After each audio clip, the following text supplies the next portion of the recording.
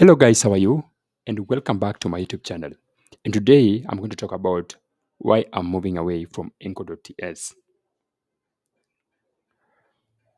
First of all, why did I even adopt Encore.ts and what is it? What is Encore.ts in the first sense for anyone who has not even interacted with the platform? So Encore.ts is a backend framework for TypeScript and JavaScript. It's a JavaScript backend framework that does support TypeScript. We always know that TypeScript support for JavaScript backend framework has always been an issue, but Encore.ts solves that. And for me, a person who has always been writing TypeScript, I felt that there was a need for me to feel at ease, and I thought that Encore.ts was going to finally solve that. So that was one of the reasons why I moved to Encore.ts, regardless of whether there are other frameworks such as TypeScript or such as Fastify or even Express, which was one of the first frameworks that I learned. But that was not even the only reason. One main reason why I moved to Encore.ts was its raw speed. If you look at what is happening here, it claims to be 9 times faster than Express.js. And we know that we live in a society where the attention span of people is increasingly reducing. And for you to keep up with the market demand, you always want to squeeze the highest or the next level performance in your application.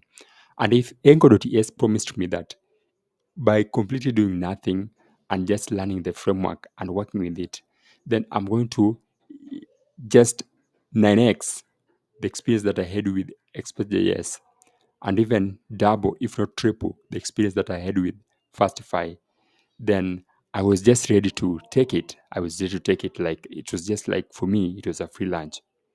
So that is the main reason, like just for speed, that is the main reason why I moved to Encore.ts from using Express.js to using Fastify, and now I was using Encore.ts.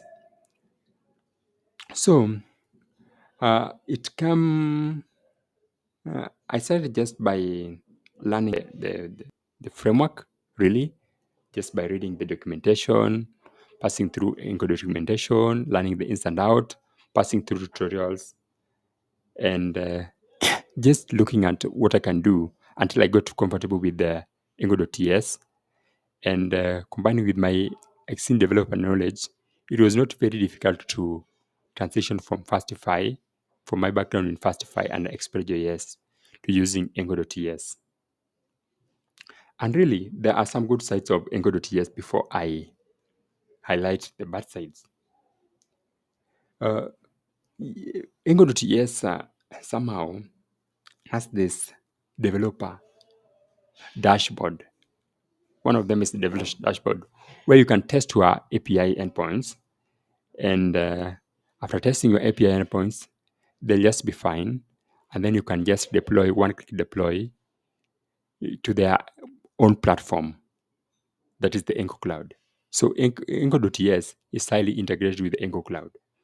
So it's always very easy to deploy to Encore Cloud and also very easy to test your applications using the development dashboard. Now, after talking about all the benefits of the Encore.ts, now I want to talk about the very reason why I made this video, and that is to document my reason for leaving Encore.ts.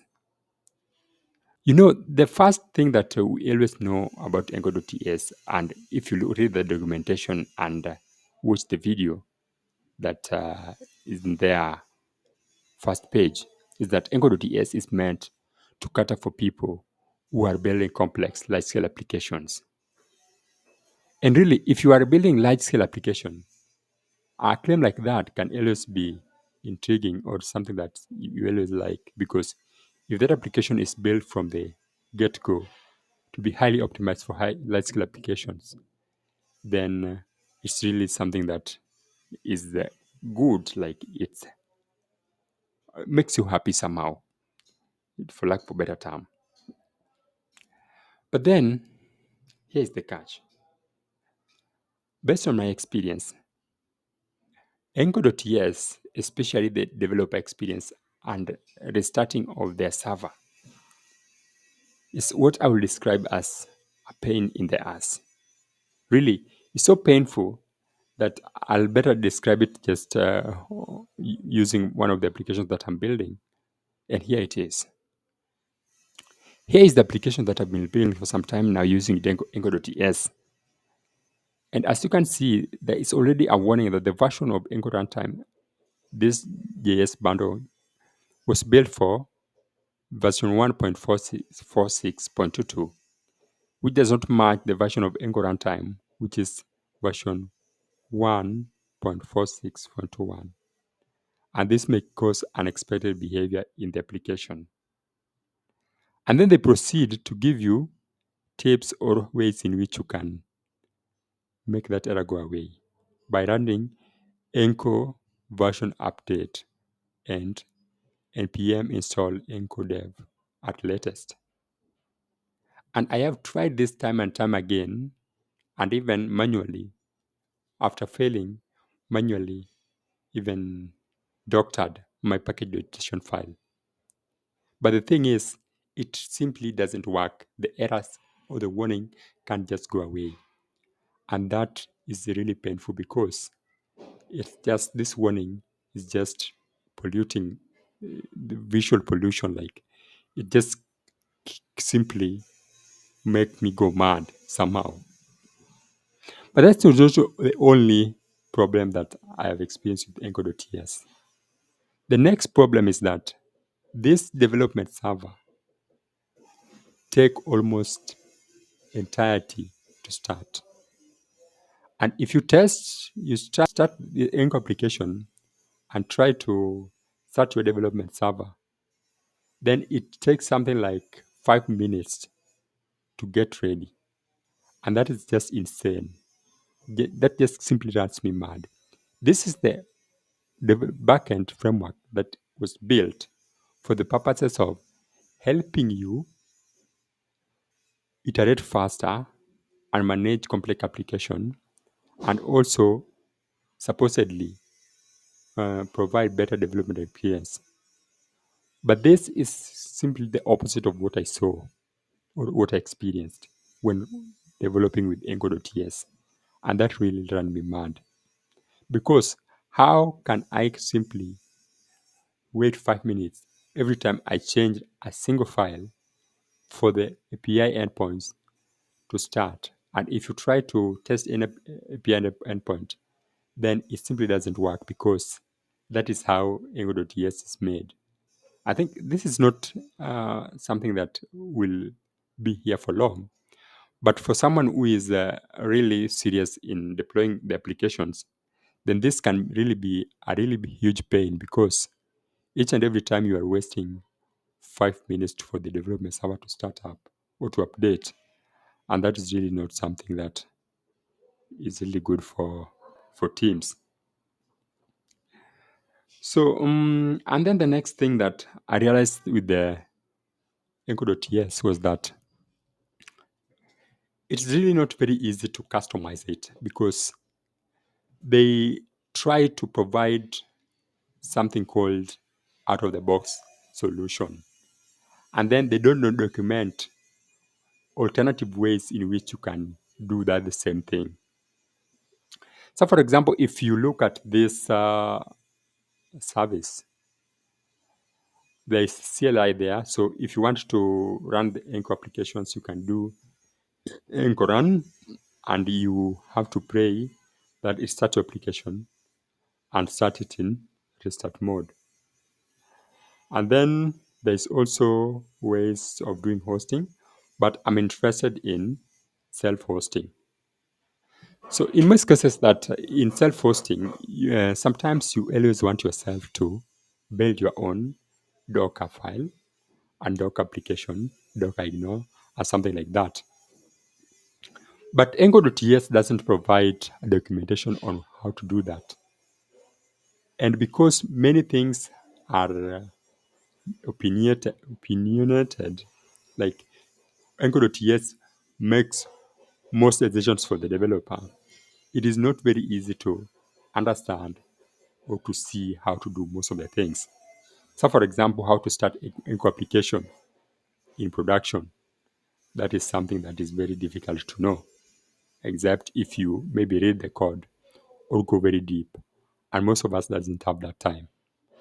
So one of the easiest ways, for example, to they provide ways to deploy to runway to deploy to digital solution and to configure the infrastructure. But I'm going to talk about how to deploy using Docker images. And really, this is a highly detailed approach on what to do. And here we go. Encore build Docker. If you want to have services, specific services deployed, you can do that. But then Encore build Docker and then tag name. And whenever I run this, then I run into a lot of minutes or even hours wasted because this process simply takes so much time that I am just running out of my mind. I cannot even explain the experience because it consistently built for over 30 minutes and I had to wait for it to happen. I don't know what is really happening under the hood, but I guess that it is not using Docker ignore file. And there is no specific way for you to configure this, or it's not well documented, or it could be a better thing, or they could have done justice to the community by not providing this magic command of encobel docker, but instead giving people step-by-step approach on how to build your own Docker file so that it is easily customizable. And that also ran me into my next point. Encore.ts is highly integrated with Encore Cloud. And this integration is really something that has both advantages and disadvantages. On the advantages side, you realize that it is always very easy if you're using the Encore Cloud to deploy your application and to manage them that way because there is tight integration with Encore Cloud. And Encore.ts was meant to drive traffic to Encore Cloud. And that is how they're making money. But the problem with that is that if something is really built from the ground to be integrated with Encore Cloud, if you are trying to integrate it to other services such as Fly.io, which I use most often, or to external cloud providers such as Google Cloud or AWS, then it is really a pain in the ass because, let's be honest, if you need to wait for 30 minutes each and every time you want to build a Docker image using Encore build Docker, then really your developer experience is not going to be easy because it is just simply put insane. So that's just my experience with Encore.ts. I'm really excited about this project and I hope that I will come back and use this project because of maybe the hype or promises that it provides in making everything multi-threaded and using Rust runtime to speed up the entire process of serving the web requests. But for now, I am moving back to my old framework, and that is Fastify. I'm using Fastify because it's really fast, almost faster than all band runtimes, and one of the most popular JavaScript backend frameworks in the market. It is so fast and it was really built from the ground up for speed. So that's my take on guys and my experience with Encore.ts. Just in case there is anything I missed, then please feel free to comment down below so that I can include it in future videos. And bye until next time.